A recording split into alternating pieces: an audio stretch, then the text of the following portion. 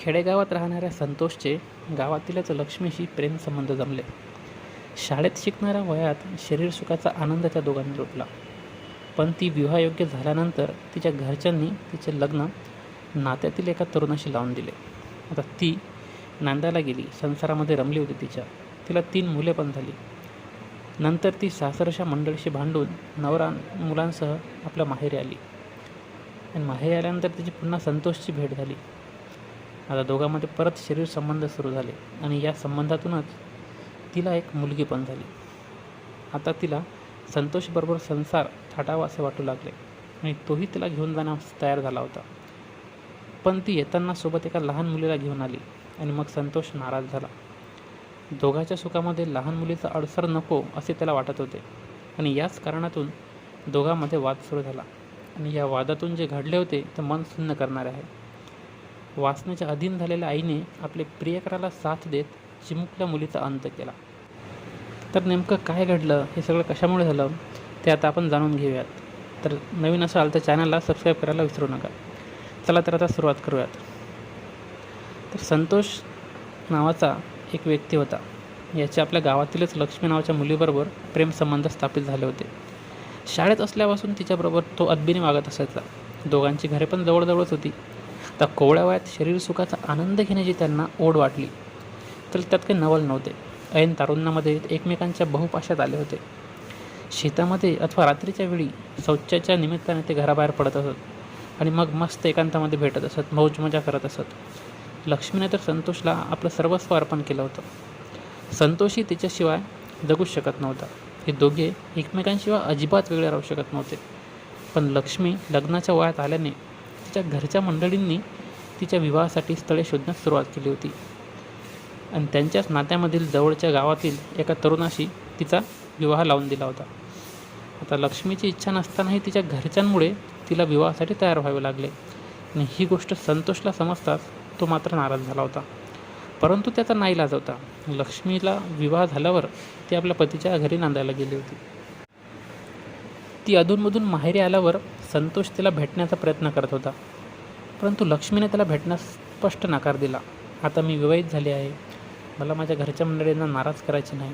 आपण पूर्वी भेटलो ते ठीक आहे, पण आता तू तुझ्या मार्गाने जीवन जग, मी माझ्या मार्गाने जीवन जगते, असे ती म्हणत असे. तर लक्ष्मीचे हे बोलणे ऐकून संतोष जरा जास्त चिडला होता. त्याने गावातील एका जवळच्या मित्राला बरोबर घेतले. दोघांनी देशी दारूच्या बाटल्या काही वेळातच संपवून टाकल्या. तेव्हा त्याच्या मित्राने संतोषला समजावून सांगितले की अरे, तू कुठेतरी काहीतरी काम बघ आणि तू पण लग्न कर, लक्ष्मीला आता विसरून जा. त्यावेळी संतोष त्या मित्राला म्हणाला, मी लक्ष्मीवर अतोनात प्रेम केले आहे, तिच्यासाठी काही पण करायची माझी तयारी आहे. त्या मित्राने सांगितले, अरे तू तिचा नाद सोड, ती विवाहित आहे, तू कामाला पुण्याला वगैरे कुठेतरी निघून जा, तुझं मन तिकडं रमव आणि तू पण लग्न करून टाक. तो आणि त्याचा मित्र यांच्यामध्ये वारंवार संवाद होत असे. त्यानंतर संतोष एका ओळखीच्या पाहुण्याबरोबर पुण्यामध्ये जॉबसाठी गेला होता. मग तिकडे त्याचं काम सुरू झालं जॉबचं. मग त्या कामावरच त्याला दारूचे व्यसन पण जडले होते. दिवसभर तो कबाड कष्ट करायचा, संध्याकाळी आला की दारू पिऊन आपला झोपून जायचा. तर लक्ष्मी तिच्या संसारामध्ये आपल्या पतीसोबत तिकडं खुश होती आणि असंच बघता बघता तिला 3 मुले पण झाली होती. पण एक दिवस लक्ष्मीचं तिच्या सासरच्या मंडळीशी कोणत्या तरी कारणानं भांडणं झाली होती. भांडणं इतकी भयंकर झाली की लक्ष्मी ही तिचा पती आणि 3 मुलांना घेऊन डायरेक्ट माहेरीच आली आणि मग तिकडंच राहू लागली होती. आणि याच दरम्यान कोरोनाचा प्रादुर्भाव वाढू लागला होता. त्यामुळे अनेक मोठमोठी शहरे ओस पडू लागली होती. अनेक जण आपापल्या गावामध्ये येऊन राहू लागले होते. सर्वत्र नाकाबंदी झाली होती. खेडेगावामध्ये फार मोठ्या प्रमाणात कोरोनाचे नियम पाळले जात होते. त्यामुळे लक्ष्मीसुद्धा आपल्या पती आणि मुलाला घेऊन माहेरी मिळेल ते काम करून आपली उपजीविका चालवत होती. तिकडे संतोष हा पण पुण्यामधील काम बंद झाल्यामुळे आपल्या गावी आला होता. तर संतोष गावी आल्याचे लक्ष्मीला समजले. तसे ते तिच्या मनामध्ये पूर्वीचे प्रेम असे उफाळून आले. तिकडे संतोषला पण लक्ष्मीबद्दल समजले. तेव्हा तिला भेटण्यासाठी तो सुद्धा आतुर झाला. मग दोघांची नजरानजर झाली. ते दोघे नेहमीप्रमाणे आपल्या गुप्त ठिकाणी भेटले. ती नवऱ्याबरोबर समाधानी असली तरी तो मात्र शरीर सुखापासून वंचित होता. त्यातच प्रेमिकासमोर दिसताच त्याचा संयमच संपला होता. त्याने तिला एकदम मिठीत घेतले आणि तिचा मनसोक्त उपभोग घेतला. मग तिनेही नकार दिला नाही. तिलाही त्याच्यापाशी संबंध ठेवणे आवडू लागले होते. कोरोना काळात ती संधी मिळेल तेव्हा भेटत होते, शरीर संबंध करत होते. हळूहळू दोन वर्षाचा कालावधी निघून गेला. त्यांच्या सततच्या भेटण्याने त्या दोघांचे शरीर संबंध आल्यामुळे लक्ष्मीला पुन्हा दिवस गेले होते आणि मग तिने एका गोंडस मुलीला जन्म दिला. कोरोनाचा प्रादुर्भाव संपल्याने संतोष पुन्हा कामधंद्यासाठी पुण्यात आला. तो कामाला जाऊ लागला आणि अधूनमधून लक्ष्मीसोबत फोनवर बोलायचा. असेच दिवसामागून दिवस जात होते आणि मग एक दिवस संतोष कामावरून सुट्टी काढून 2-4 दिवसासाठी गावाकडे आला. तेव्हा तो लक्ष्मीला भेटला आणि त्याला मिठीत घेऊन तो भोगू लागला, मनसोक्त भोगू लागला. त्यावेळी ती त्याला म्हणाली, मला पण तुझ्याबरोबर पुण्याला यायचे आहे. त्यालाही ती हवी असल्यामुळे त्याने लगेच तिला सोबत नेण्यास होकार दिला. मग तिने घर, दार, संसार, पती, 3 मुले पण सोडली आणि फक्त एक 2.5 वर्षाच्या लहान मुलीला सोबत घेऊन ती संतोष बरोबर निघाली. तो तिला घेऊन रेल्वेने पुण्याला आला, पण तिने सोबत मुलीला आणलेले त्याला काही आवडले नाही. तो तिला म्हणाला, तू त्या मुलीला घरीच ठेव, आपल्यासोबत घेऊ नकोस. ती म्हणाली, अरे ती लहान आहे अजून, माझ्या अंगावर दूध पित आहे, तिला सोडून कुठं सोडणार मी, माझ्याशिवाय ती कशी काय राहू शकणार. तिच्या बोलण्यापुढे त्याचे काही चालले नाही. मग रेल्वे प्रवासामध्ये छोटी मुलगी सतत रडत होती, त्यामुळे संतोषचं डोकं फिरत होतं आणि त्याच कारणावरून रेल्वेमध्ये सुद्धा 1-2 वेळा लक्ष्मीला त्याने हाताने मारहाणही केली होती. पण प्रवाशांनी समजून सांगून त्यांची भांडणे सोडवली होती. मग स्टेशनवर ते उतरले पुण्याला आणि त्या दोघी मायलेकींना घेऊन संतोष आपल्या कामाच्या ठिकाणी आला. साईटवर त्याने दोघींना घेऊन गेला.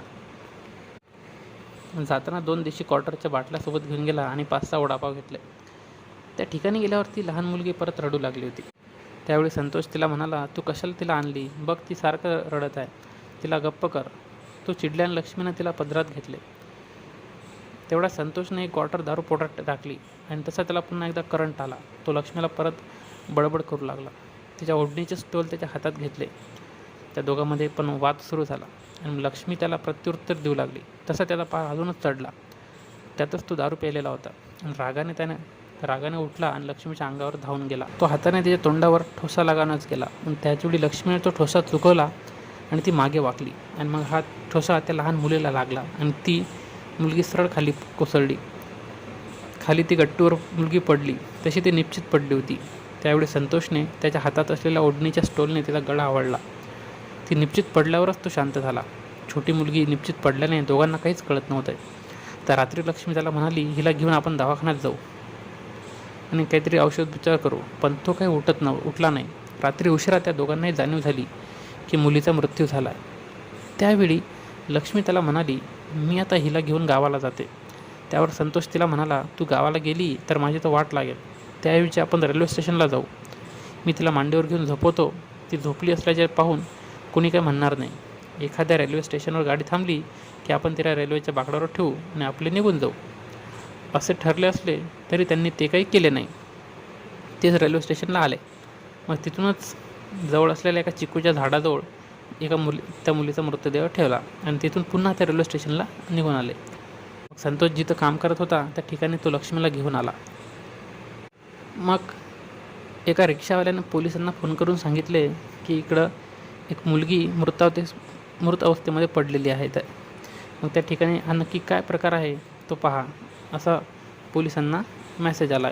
त्यामुळे लागलीच मग पोलीस तिथे पोहोचले आणि मिळालेल्या माहितीनुसार घटनास्थळी जायला पोलीस निघाले.